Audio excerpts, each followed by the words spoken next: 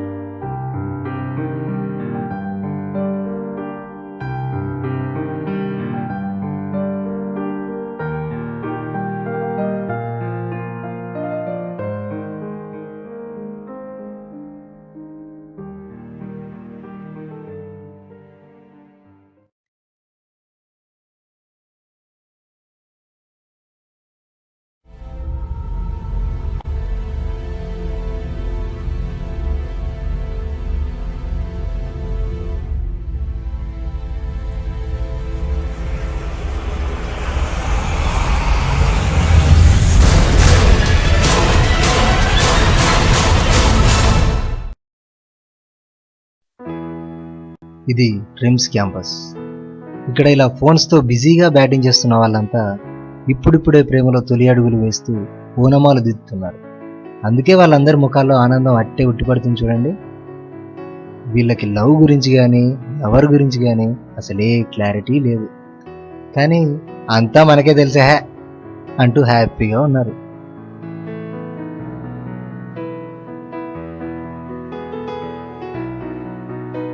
వీళ్ళంతా జూనియర్స్. ప్రేమ అంటే ఏంటో, ప్రేయస్ అంటే ఏంటో తెలియని వయసు. అందుకే ఇలా చుక్కల్లో చంద్రుడిలా జాలీగా ఉన్నారు చూడండి.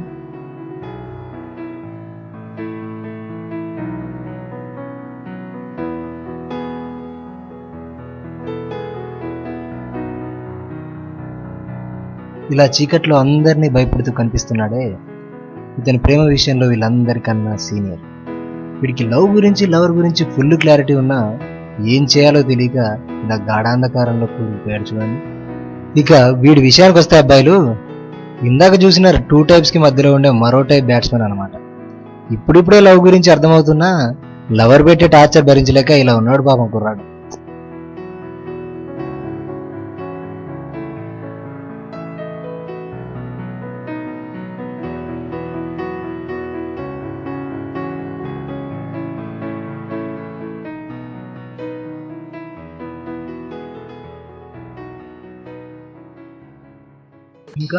ఇంకా చెప్పు, మరి నిద్ర వస్తుందా?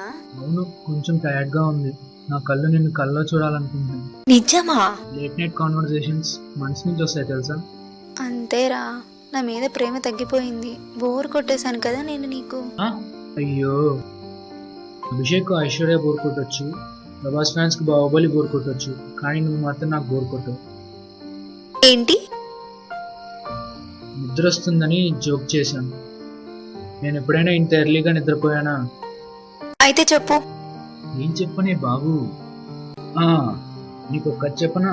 అనగనగా ఒక రాజు, ఆ రాజుకు 7 మంది కొడుకులు, ఆ 7 మంది వేటకెళ్ళారు. అబ్బా, కథ ఎంత బాగుందో.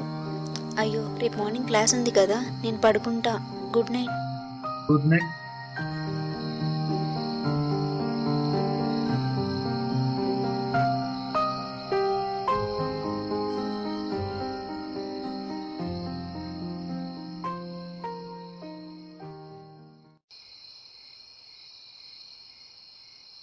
ప్రేమ జీవితం. సార్ మీరా? మరి ఏమనుకున్నావు?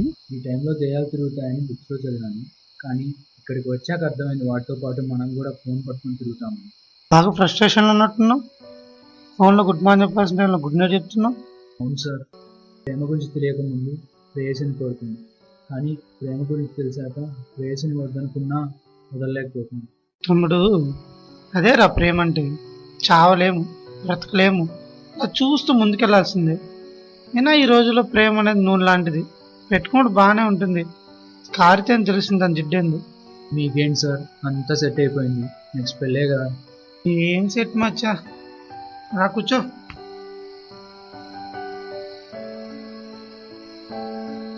ప్రేమించక ముందు ఆస్కరోడు అల్లుడులా ఉండేవాడిని. ఇప్పుడేమో భాస్కరుడు బ్రాండ్ అంబాసిడర్లా తయారయ్యా. అయ్యే పైలో ఉండేవాడిని రూమ్ బాగా తయారయ్యా. అదేంటి సార్ చండాలంగా రూమ్ బాయ్ అని? మరి అంతే కదా, వాడేమో జీతం తీసుకుని సప్లై చేస్తాడు, మేము జీతం మంత్లీ సప్లై చేస్తున్నాం. ఇప్పుడు కూడా అదే పనిలో ఉన్నాం. హైదరాబాద్ నుంచి పార్సల్ వస్తుందంట, నేను తీసుకురావడానికి. ఏంటి సార్ మరి వెళ్తున్నారా? తప్పదు కదరా, తగిలించుకున్నాం కదా. కొంచెం నువ్వు కూడా వస్తున్నావు నాకు. మీ అదృష్టం ఏంటి నాన్న ఎంత బాగుంది, ప్రతోడు వాడేసుకుంటున్నాడు. ఫ్యూచర్లో పనికొస్తుందిలే, మనకు తక్కువగా ఈ తిప్పలు. ఎప్పుడు సార్? ఇప్పుడు రూమ్కి వెళ్ళి వెళ్దాం. సార్ మిమ్మల్ని చూస్తుంటే నాకు నా ఫ్యూచర్ గుర్తొస్తుంది. సరే లేదా? సార్ నేను ఇంత ఎర్లీగా రెడీ అయ్యి చాలా రోజులైంది తెలుసా?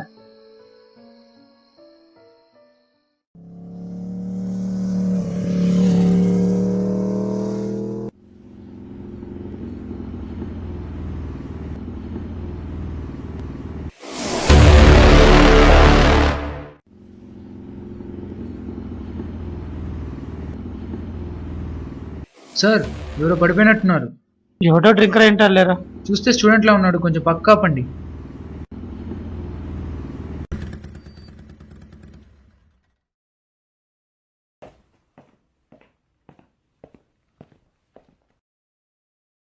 Hello boss.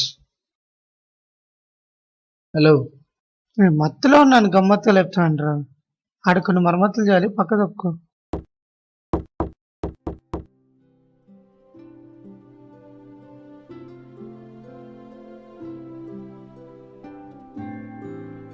అయ్యో ఏంటి బాస్ ఇది, ఫుల్ బాటిల్ షాంపైన్ లా ఉన్నావు, ఇలా అయిపోయిన షాంపూ బాటిల్ లో పడినావు. ఏంటి లవ్ ఫెయిల్యూరా? అయినా ఈ రోజులో లవ్ ఫెయిల్యూర్ అయితే హ్యాపీగా పార్టీ ఎంజాయ్ చేసుకోకుండా నా తాగి పడిపోయామంటారా? అసహ్యంగా ఎలా చెప్పాను రా. అంటే క్లారిటీగా చెప్పారు సార్. వీడు కూడా మన లెక్క టార్చర్ భరించలేక బ్రేకప్ అయినట్టున్నాడు, బాధ భరించలేక బీరు తాగబడినట్టున్నాడు, అంతే కదా. చూస్తే స్టూడెంట్ లా ఉన్నాడు, ఇలా తాగి పడిపోవడం అస్సలు బాగాలేదు. ఇంటికి వెళ్దాం. సార్ ఏంట్రా? ఇతను చూస్తుంటే కూడా నాకు నా ఫ్యూచర్ కనపడుతుంది సార్. నీకు ఎవరిని చూసినా నీ ఫ్యూచర్ గుర్తొస్తుందేరా. సరే టైం అయింది, వెళ్ళొస్తాం. Okay boss, take care.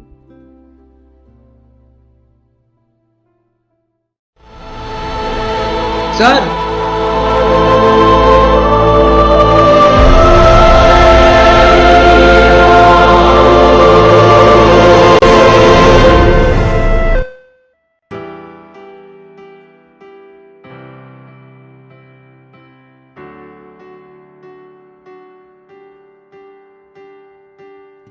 ఏం బాస్, మందారు అనుకుంటా నిజంగా మందులో మందు అనుకుంటా అంటున్నారు. నరకానికి నిచ్చెన వేసుకుని వెళ్దాం అనుకున్నారా? అయినా పాయిజన్ ని పాయసంలా తాగేశారండి. అసలు ఏమైంది సార్? అదేలేరా, మన షార్ట్ ఫిల్మ్ స్టోరీ పనికొస్తుందని అడుగుతున్నాను. సర్లే, చెప్పడం ఇష్టం నాకు తెలిపోతారు. నా పేరు అభి. నేను కేఎస్ఆర్ఎంలో ఇంజనీరింగ్ పూర్తి చేశాను. జూనియర్గా ఉన్నప్పుడు ర్యాగింగ్తో బాగా పరిచయం ఏర్పడింది. సెకండ్ ఇయర్కి వచ్చాక కాలేజ్ నా కంట్రోల్లోకి వచ్చింది. నేను ర్యాగింగ్ని పరిచయం చేయడం మొదలుపెట్టాను.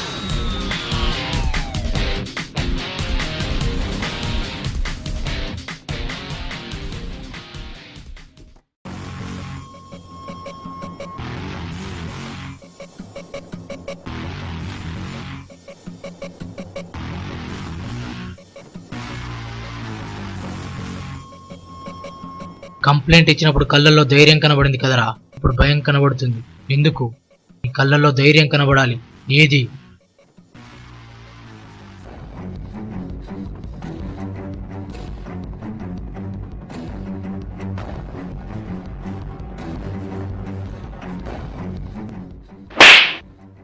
నాకు కావాల్సింది భయంతో కూడిన తెగింపు కాదు, కసితో కూడిన ధైర్యం.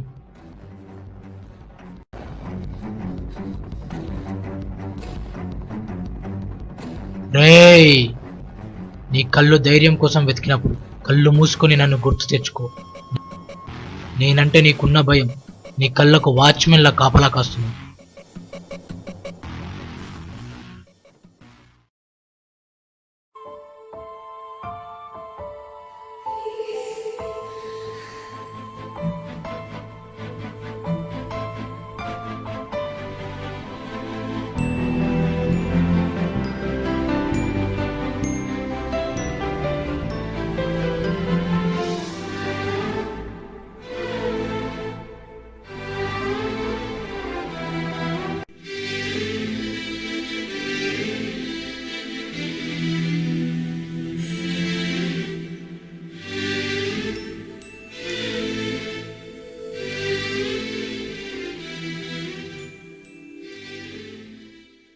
చెప్పాను కదరా వీళ్ళ అమ్మాయిని చూస్తే ఫ్లాట్ అవుతాడని. ఏంటోరా, ఐరన్ లాంటి నన్ను అయస్కాంతం లాగినట్టుంది. దాన్నే లవ్ అంటారు మామ. ప్లీజ్ మచ్చా, ఇంత చిన్న ఇన్సిడెంట్కి లవ్ అనే పెద్ద పేరు పెట్టదు. అయినా ఆ అమ్మాయి ఎవర్రా? మన జస్ట్ జూనియర్ రా, హైదరాబాద్ నుండి కడపకి ట్రాన్స్ఫర్ పెట్టుకొని వచ్చింది. హైదరాబాద్ నుండి కడపక? రోజులు మారుతున్నాయంటే ఏమో అనుకున్నా. నిజమే. సరే వెళ్దాం పదండి.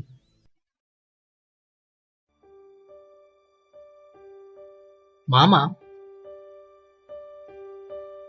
మామ, ఏయ్ ఏంద్రా నీ బాధ? ఆ అమ్మాయిని మర్చిపోలేకపోతున్నాను రా. దాన్నే లవ్ అంటారు మామ. మరి అప్పుడు కాదన్నా? అప్పుడు అలా అనిపించింది, ఇప్పుడు అలానే అనిపిస్తుంది. అమ్మాయిల విషయంలో అంబానీ అయినా, ఆటోవాడైనా, మహేష్ బాబు అయినా, మామూలుడైనా అంతా ఒకటే రా, పెట్టుకోవాల్సిందే. అయితే వెళ్ళి చెప్పే. మన బాడీ లాంగ్వేజ్ కి లవ్ సెట్ అవుతుందా? చెప్పడం చాలా ఈజీ మామ. హౌ హౌ ఎలా? ఇలా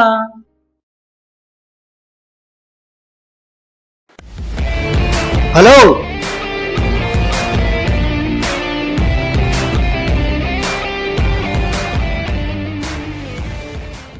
హాయ్, మీ పేరు? శృతి. నేను అడిగానా? ఆ అమ్మాయి మాట్లాడదా? కొంచెం నవ్వచ్చు కదండి. నక్షత్రాలు లేని ఆ ఆకాశాన్ని, నవ్వు లేని ఈ పువ్వుని చూడలేకపోతున్నా. మాటలు కాకపోయినా కనీసం కళ్ళతో అయినా మాట్లాడొచ్చు కదండి. ఓ, మాటలు అవసరం లేదని చెప్పడానికి ఈ మౌనం సరిపోదంటావా?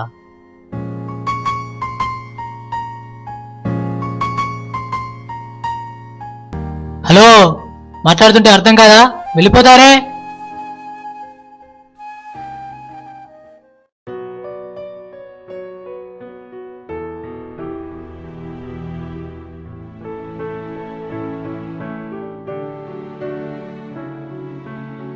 అలా కోప్పడ్డావేంట్రా? ఇలా అయితే నీ మీద ప్రేమ కాదురా, భయం పుడుతుంది. ఎలా చెప్పాలో అర్థం కావట్లేదురా.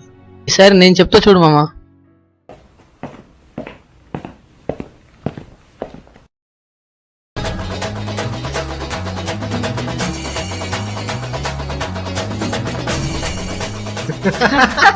ఆ అమ్మాయి ఏందిరా నన్ను చూసి అలా పారిపోయింది. మరి పోదా? ఆల్ఫ్రెడ్ హిచ్కాక్ సినిమాలో హిచ్కాక్ లా ఏంట్రా అది? ఎవడ్రా నీకు ఐడియా ఇచ్చింది? మామ ఈసారి సూపర్ ఐడియా ఇస్తా మామ. గమ్మునుడవా, నా తిప్పలేందో నేను పడతా. కష్టే పలన్నారు.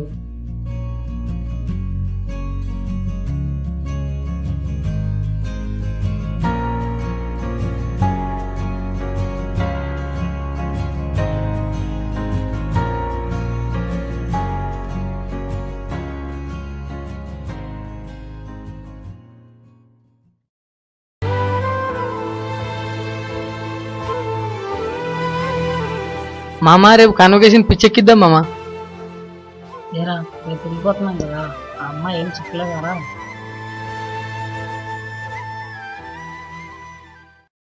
శృతి,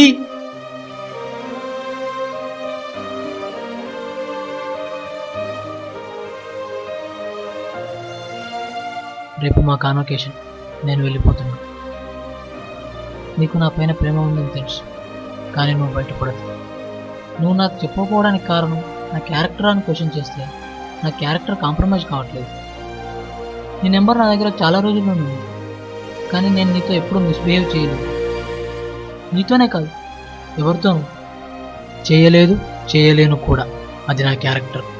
నన్ను నేను మర్చిపోగలనేమో కానీ నిన్ను మర్చిపోలేకపోతున్నా. నేను నువ్వై చాలా రోజులైంది. కనీసం నా ప్రాణం పోయేప్పుడైనా నీ ప్రేమ పెదవుల దాకా వస్తున్నా. ఇంకా నేను దగ్గరలో ఉండకపోవచ్చు. నీకు చెప్పాలనిపించినప్పుడు ఒక చిన్న ఫోన్ కాల్ చేయి. నీ ఫోన్ కాల్తో నా ప్రేమకై నీ గుండె తలుపులకు తాళాలు తెరిచాయనుకుంటా. ఇది నా ఫోన్ నంబర్, తీసుకో, ప్లీజ్ తీసుకో.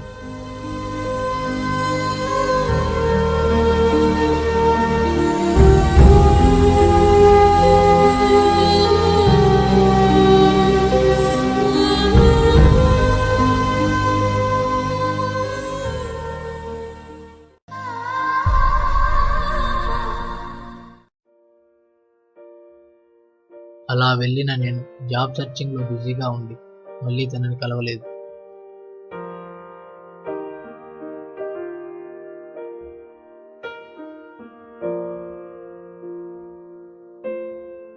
అదేంటి మామ, ఎక్కడికి వెళ్తున్నావు? కడపకు రా. ఇంటికి వెళ్తా అన్నావు. నాకు జాబ్ వచ్చిన విషయం ఫస్ట్ ఆ అమ్మాయికి చెప్దామని కడపకు పోతున్నాను రా. మన జూనియర్లు ఫోన్ చేసి పార్టీ అని సాగొడుతున్నారు మామ. ఆ సంగతి ఏందో చూడకూడదు. చూద్దాం. అమ్మాయి ఒప్పుకుంటే పెద్ద పార్టీ ఇస్తాను రా. జాబ్ వచ్చిన ఆనందంలో జూనియర్స్తో పాటు పీకలు తాగతాయి మందు మత్తులో 48 గంటల పాటు మునిగిపోయాను.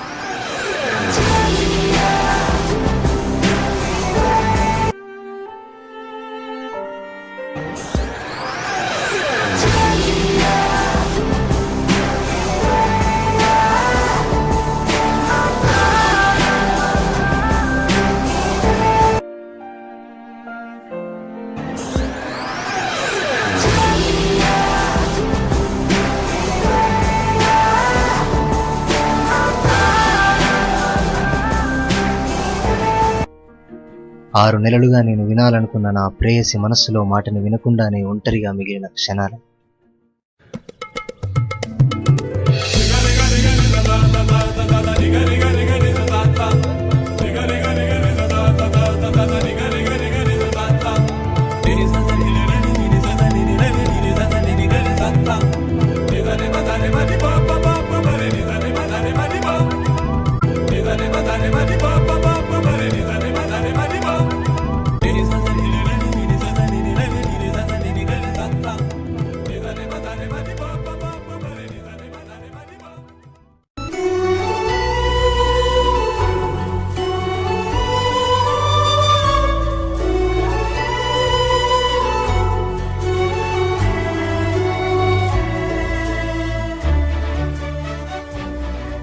ఫోన్ లిఫ్ట్ చేస్తే చచ్చిపోతావారా? చెప్పాను కదా సార్, బ్రదర్ కూడా మంట అయిపోయి. అయినా ఆ అమ్మాయి ఇంతవరకు ఒక్క మాట కూడా మాట్లాడకుండా మాట్లాడిన మొదటి మాట చచ్చిపో అంటుందా? ఈ అమ్మాయిలు మారరు సార్. అయినా ఏ మాత్రానికే చచ్చిపోలేదు. ఆ రోజు వచ్చింది తను కాదు, తన ఫ్రెండ్. ఆ రోజు ఎదురు చూపులతో ఉన్న నా కళ్ళు ఆ అమ్మాయికి రాదని తెలిసింది ఎదురు చూస్తూనే ఉన్నాయి.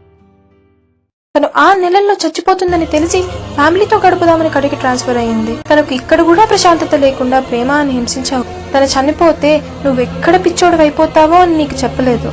చచ్చిపోయేలోగా ప్రేమించాను అని వినాలన్నావంటే కదా. తను చనిపోతూ చెప్పాలనుకుంది. ప్రేమించేటప్పుడు నువ్వే నా ప్రాణం అంటారు కదా. ఆ ప్రేమ ప్రాణం పోయేటప్పుడు నీకేమీ అనిపించలేదా? ఒక ప్రాణాంతక వ్యాధి, కొద్ది రోజుల్లోనే పోయే ప్రాణం, ప్రాణం కన్నా ఎక్కువగా ప్రేమించే అబ్బాయి, చివరి రోజుల్లో అమ్మా నాన్నలతో గడపాలన్న చిన్ని కోరిక. ఇలా ఎన్ని సమస్యల మధ్య కొట్టుమిట్టాడుతున్న తన ప్రేయసి హృదయం తనకిష్టమున్నా చెప్పలేక, తను చావబోతుందని చెప్పుకోలేక, ఇలా మౌనంగానే వీళ్ళ ప్రేమ కథ ముగిసింది.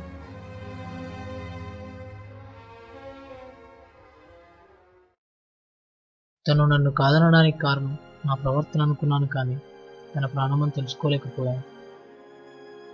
నా ప్రాణం పోయేలోపు చెప్పమంటే తన ప్రాణం వదులుతూ చెప్పాలనుకున్నాను. నా ఆశ తీర్చాలన్న తన ఆఖరి కోరిక తీరకుండానే వెళ్ళిపోయింది. ఆడవాళ్ళ మాటలకే కాదు, మౌనానికి కూడా అర్థం వేరుగా ఉంటుంది.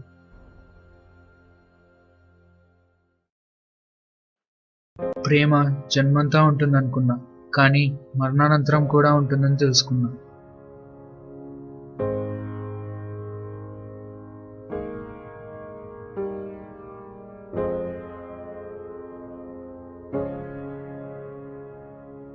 హలో గీత, నీకు చెప్పాలనుంది. ఐ లవ్ యూనే కదా, చెప్పు. కాదు, ఐఎమ్ సారీ. ఏమైంది? ఏమో నాకు తెలియదు, కానీ ఇంకా చెప్పాలనుంది. అది ఎంత లాజిక్లెస్ గా ఉన్నా చెప్పాలనిపిస్తుంది. నాకు వినాలనిపిస్తుంది. నీకోసం దోశని ఇడ్లీలా మార్చేస్తా, ఇడ్లీని ఉప్మాలా మార్చేస్తా, ఒంటి చేత్తో వంటలన్నీ చేసేస్తా. అవునా? నీకు వంట వచ్చేది నాకు ఎప్పుడు చెప్పలేదే. చీ, నేనేంటి ఇంత గలీజ్గా మాట్లాడుతున్నా? చెప్పేది విను, మధ్యలో మాట్లాడదు. ఇంకా చాలా డైలాగ్స్ ఉన్నాయి, మర్చిపోతా.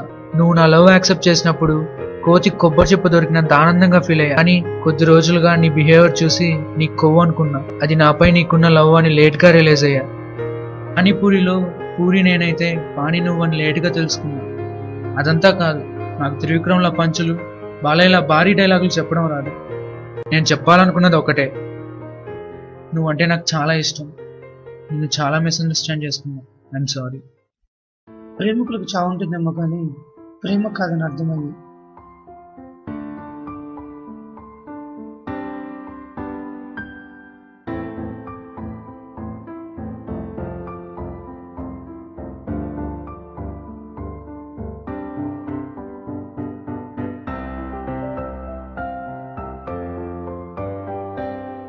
అవన్నీ సర్లే కానీ నేను పార్సల్ తెమ్మన్నాను, తెచ్చావా?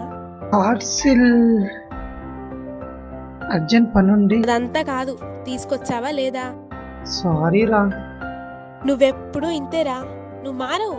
చీ. ఏం కాదే, ముందు మీరు మారండి అర్థం చేసుకోకుండా.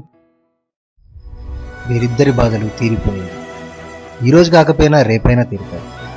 కానీ ఇతడి బాధ తీర్చలేనిది, అది ఎప్పటికీ తీరనిది. ప్రస్తుతానికి ఇతని చావు ప్రయత్నాన్ని వీరిద్దరైతే ఆపగలిగారు, కానీ ఇతను మళ్ళీ ఆత్మహత్యాయత్నం చేసుకోవడానికి గ్యారంటీ లేదు. దాన్ని ఎవరూ ఆపలేరు. దాన్ని ఆపడానికి ఎవరో రావాలి.